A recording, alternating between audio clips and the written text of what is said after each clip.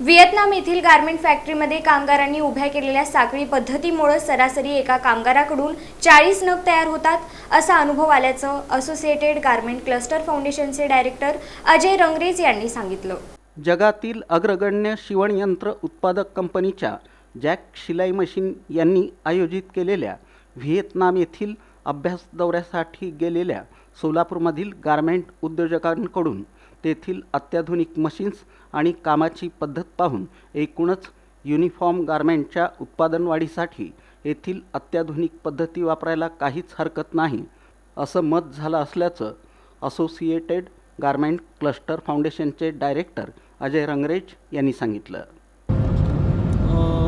आपल्याकडे जी पद्धत आहे ती कल्चरल जुनी पद्धत आहे की पूर्ण पीस घेणे आणि पूर्ण पीस शिवणे, ही पद्धत आता बंद झाली पाहिजे।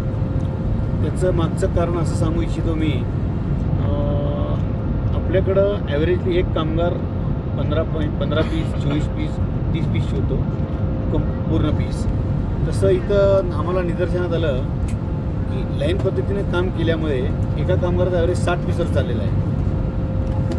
त्यामुळे वर्क एफिशियन्सी डबल होती आणि आपण जे मार्केटमध्ये कमिट करतो सप्लायसाठी त्यामध्ये नक्कीच सक्सेस होऊ शकतो आपण या पद्धतीनं काम केलं तर। खूप फरक आहे आपल्या त्यांच्या टेक्नॉलॉजी यूज करण्यामध्ये। ॲक्च्युअल मला असं वाटतं आहे इकडं यांच्या गव्हर्नमेंटचा सपोर्ट खूप आहे। जसं आपलं गव्हर्नमेंट आपल्याकडच्या MSMEचा सपोर्ट केलं तर नक्कीच आपण या धर्तीवर 10 वर्षात आपण असं करू। नाही, आपल्याकडच्या MSMEजमध्ये ही मानसिकता आणली पाहिजे। युद्ध म्हणजे जगाच्या आपल्या या पातळीवर जर आपलं टिकायचं असेल तर व्हिएतनामसारख्या देशाला आपल्याकडचे MSMEज येऊन व्हिजिट करून यांची मानसिकता समजली पाहिजे। यांच्यासारखी मानसिकता जर आपण केलो तर आपण खूप पुढे जाऊ। नाही, टेक्नॉलॉजी घेऊन आपण वाढलंच पाहिजे। टेक्नॉलॉजी घेऊन वाढलं तरच आपलं प्रोडक्शन वाढेल आणि आपली वर्क एफिशियन्सी वाढेल आणि आपण कमिट करू शकू आणि आपल्या जगाच्या पातळीवर आपण सप्लाय चांगल्या प्रकारे देऊ शकू। टेक्नॉलॉजी तर आपण घेतलाच पाहिजे।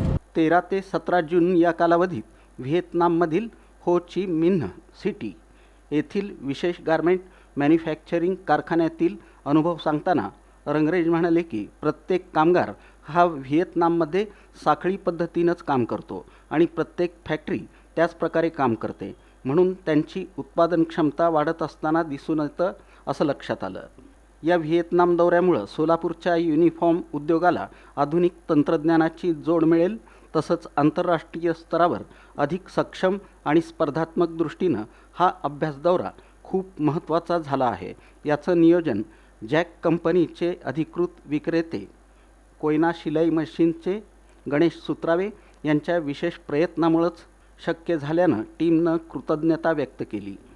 या अभ्यास दौऱ्यात सोलापुरातील गारमेंट उद्योगाशी संबंधित प्रमुख उद्योजकांचं उच्चस्तरीय शिष्टमंडळ व्हिएतनामला गेलं आहे।